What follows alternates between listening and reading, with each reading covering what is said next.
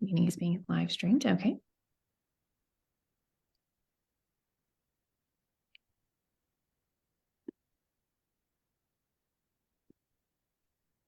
Hey guys, Julie here with Birmingham Mom Collective. And today we're joined by two doctors from UAB, Women and Infant Services, to talk about adolescent gynecology, something we all need to know about. A lot of us have daughters coming up that we're excited about. They're making their transition into womanhood. So thanks, ladies, for being here today. How are you guys doing?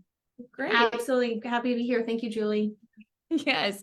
Now tell us first off, just tell us who you are and a little bit about your background and what you do at UAB. So I'm Amy Boone. I grew up in Mobile and then came up here to Birmingham to do a fellowship in pediatric and adolescent gynecology after my OBGYN residency. So I do full scope adult OBGYN care, but also have a special practice in pediatric and adolescent GYN. Great. And you were saying you also did menopause as well. So you are. Yeah. So I'm lucky. I get to take care of women and girls for the entirety of their life, from birth until the very end. Amazing. And Dr. Lacy? Yes. Hi, I'm Blair Lacy. I'm originally from the Northeast and did my OBGYN training up there. And then most recently moved down here to Birmingham to complete my pediatric and adolescent gynecology fellowship, and have stayed on. We just love it here in Birmingham, so stayed on as faculty. I also do some obstetric care, but have sort of narrowed the field of scope more to pediatric and adolescent gynecology after completing fellowship. All right, excellent. That's awesome. So first thing, at what age should a young girl first see a gynecologist? That's a great question. So American College of Obstetrics and Gynecologists, so ACOG, sort of one of our national governing bodies, recommends a first reproductive health visit anywhere from ages 13 to 15 as sort of an overarching guiding principle. But certainly if there was ever a concern that either a parent, guardian, or a primary care provider had regarding an adolescent's gynecologic health, we see patients at all ages from birth to 18. Okay, excellent. And what should someone expect at their first appointment? I think it can be really uncomfortable for anyone to go to the gynecologist. And so our goal is to make it as just comfortable as possible. So we like to keep all patients clothed until we talk to them. And truthfully, the majority of our adolescent exams, it's just talking. It's discussing what's going on and what we can do. Sometimes we need labs. Sometimes we need things like ultrasounds. But it's not common that we need to do an exam, especially on the first visit. If there's some specific concern that really needs an evaluation, we can kind of talk about it and prep somebody for that ahead of time and have them come back. They can have whoever they want in their room. They can watch TikTok if they want to, or whatever makes it more tolerable. The same is true for adults. You're also welcome to watch whatever whatever de-stresses this for you. But in general, we also comply with the state of Alabama rules for patient privacy. Once a person is 14 or older, they have the right to privacy regarding reproductive health. And so we really use this as an opportunity to allow our girls to practice being an adult, to learn how to talk about their health history, and to ask any questions that they may not feel comfortable or maybe embarrassed to ask in front of mom. Certainly, if there's any safety concerns, we can usually tease that out as well. And then we always bring the guardian or parent or whoever accompanied the patient into the visit into the room before we make any final decisions or treatment plans, and make sure that they're filling in the history that maybe got forgotten. But we really try to honor that and allow the patient some autonomy over her time. I think that's excellent. All girls would love to know that they're not being examined the first time. Excellent. I love that. Okay, what should someone expect at that first appointment? So you said we're not going to do an internal exam, ask a lot of questions, that kind of thing.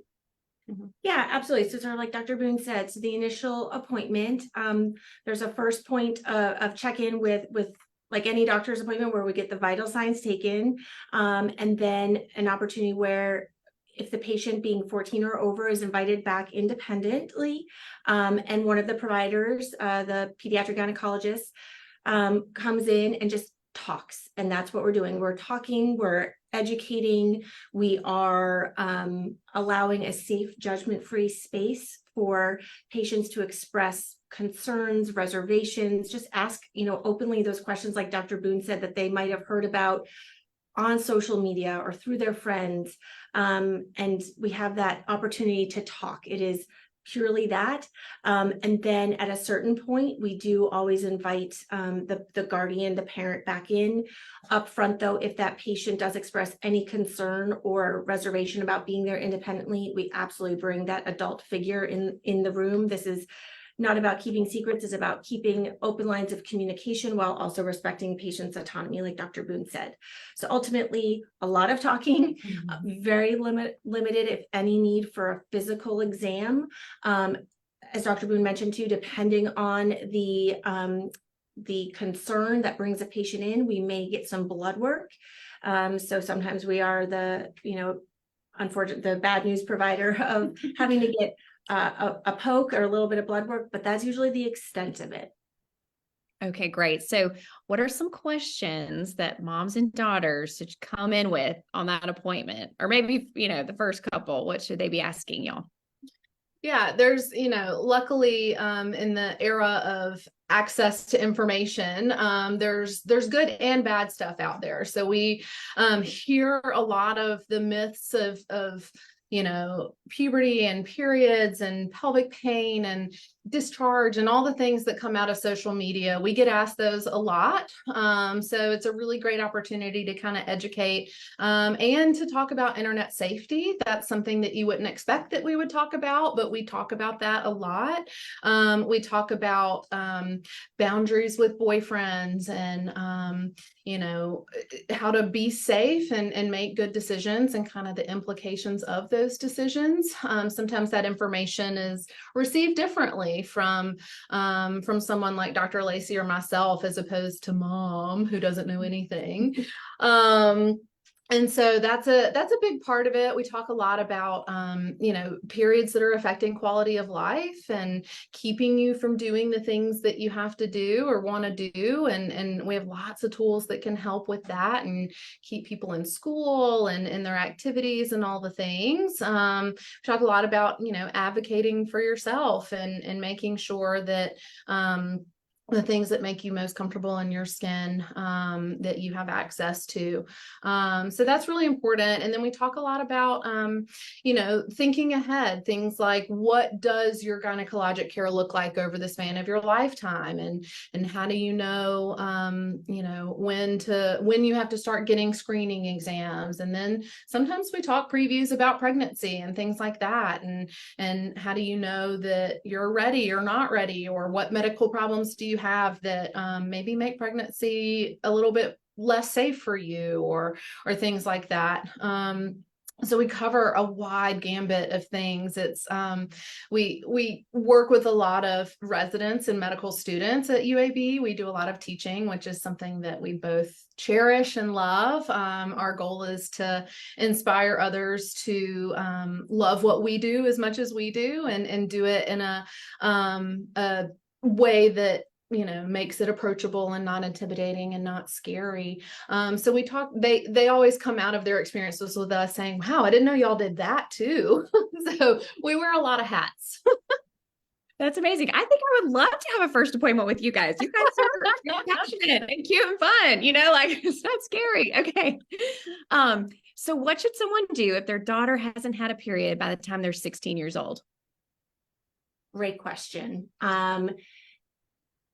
First thing, if often the first point of reference might be the pediatrician, the primary care provider. Certainly bringing us up to pediatrician, we see a lot of referrals from the community that come from pediatricians who say, hey, I've sort of exhausted gotten to the point where I feel comfortable, and I think this is slightly more complex or beyond what I feel comfortable handling. And so we are happy to see those patients.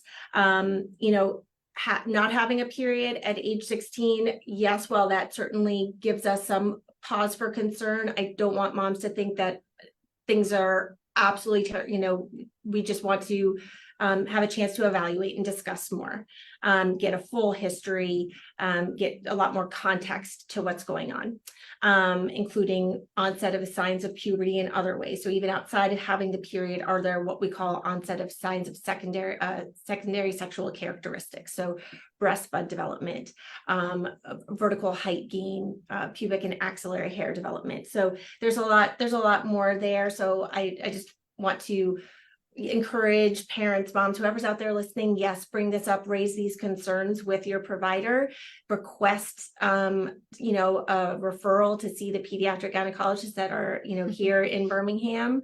And this is something that we would help further explore. And hopefully, a lot of our job is, like I said, education piece, offering some reassurance and really identifying when there is something truly a cause for concern versus a girl's own natural puberty course. Yeah, I'll kind of add to that a little bit. We're really lucky in Birmingham that we have such a robust healthcare community. I, even being from Mobile, didn't realize what we had in our state. And, groups like Birmingham Moms Collective have such a far reach. So we may even be kind of talking to some people that may not be in Birmingham proper. So pediatricians are fabulous. They are a really great resource. They also contact us by phone a lot. We do a lot of phone consultations with pediatricians in various areas of the state when they say, I've got this girl here and I'm just not sure that I'm doing the right workup, or, am I on the right track here? So it's a really nice resource.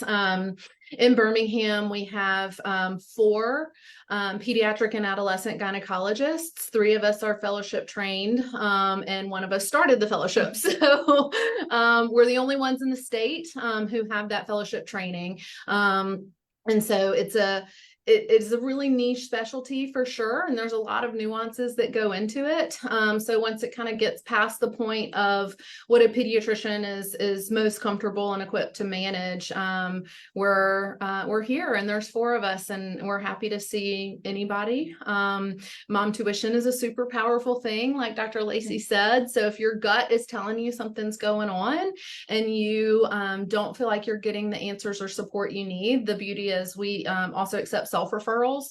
So all you have to do is just call and we can find a time that we can sit down and talk. And even if you're like, I don't even know why I'm here, I just wanted to make sure everything's okay, that's okay too. There's a lot of power in that too.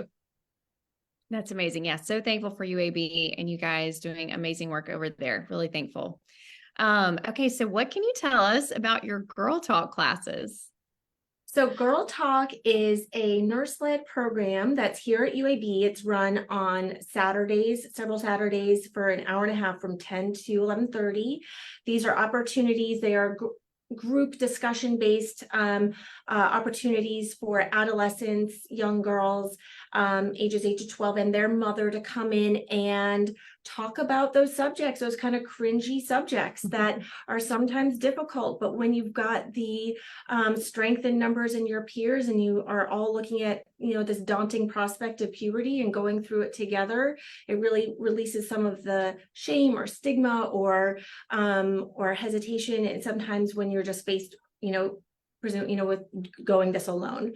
So these are just great discussion based question and answer forums for young women and their mothers. That I think Julie said the website will be listed, and so all the information, including registration times. It is a $5 a nominal charge for participation, and I believe snacks, and I know parking is included in that, which can be tough to navigate in the city, but they are just great opportunities to engage in dialogue and ask questions of medical professionals in a safe environment. Yeah, I think it's really cute. It's for girls ages 8 to 12. Bring your friends, and your mom is included in the price. So, and it's hopefully a fun way to just talk about some things that are maybe not always fun to talk about. So, all right. So if someone out there today would like to make an appointment with one of you guys or talk about adolescent gynecology with somebody in their family, how would they do that? So our clinic number is 205-996-3130. It's actually the same number for the adult OBGYN department. So like I said, we both have a role in the adult OBGYN world. And so we utilize the same, clinic scheduling and staff. We do have our clinic staff, a small group within that subset that specifically is used to and trained to work with our pediatric population. So, and they love it. They get really, several of them come in and say, they don't give me PAC anymore. I want to come back with y'all. I love these girls. So, it's really kind of fun, but it's in a similar space, and it's the same number. If any of you are, UAB OBGYN patients, you can reach us at the same place. There's a wealth of information on the UAB Department of OBGYN website. And I'm sure that we'll include our contact info here. For sure. I'll put it down below. Well, thank you so much, ladies, for your time. This was a really fun conversation. I really appreciate your time. I know a lot of people out there are going to find this really interesting and really interesting to know all the things that UAB offers that we're so thankful for and blessed to have in Birmingham. So thanks, ladies, and we'll see y'all later. Bye. Thanks for having us.